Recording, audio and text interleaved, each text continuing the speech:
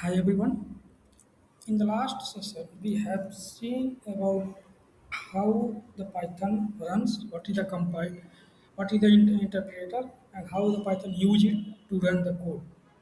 So in this session, we are going to see what is the Python keywords that is inbuilt, and that keywords we cannot use as a variable in our code. So from the definition we can see that Python keywords are special reserved words with the predefined meaning that define the syntax and structure of the language, and they cannot be used as a variable names function name are identified. Currently, Python contains 35 hard keywords and 4 soft keywords such as match, case, and type, which act as a keyword only in specific context. So these words are case sensitive, always available without needing to be imported.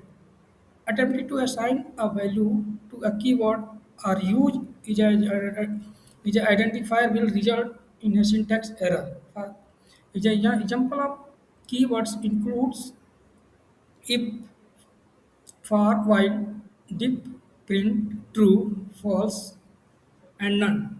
Serving distinct role in logic, control flow, and data handling. So let's see what is the if you want to see what is the inbuilt keyword, you can just also see just by importing the inbuilt library called keywords, just like I'm importing keyword and keywords.list. If we run it, it will display what is the inbuilt keyword. So we can see that the false, none, true, and as, assert, async, await, break, class, continue. These are the inbuilt keyword. And if you want to assign some value as a variable, then it will throw an exception. That we can see it for using some example. Let's see, I am assigning and is equal to, I'm giving netcode, and if I run it, we can see that it is a syntax error. That means this is not a valid variable name because it is a inbuilt keyword. If I just change it, and now it is gone because and is a variable name and it is not a inbuilt keyword. We can see it. Now if you print it and we will see some output. So here we can see the clearly net code.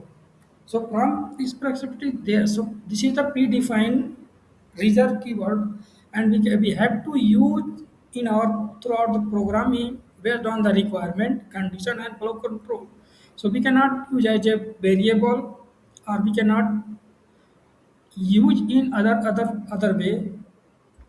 Otherwise, we will see it as a syntax error.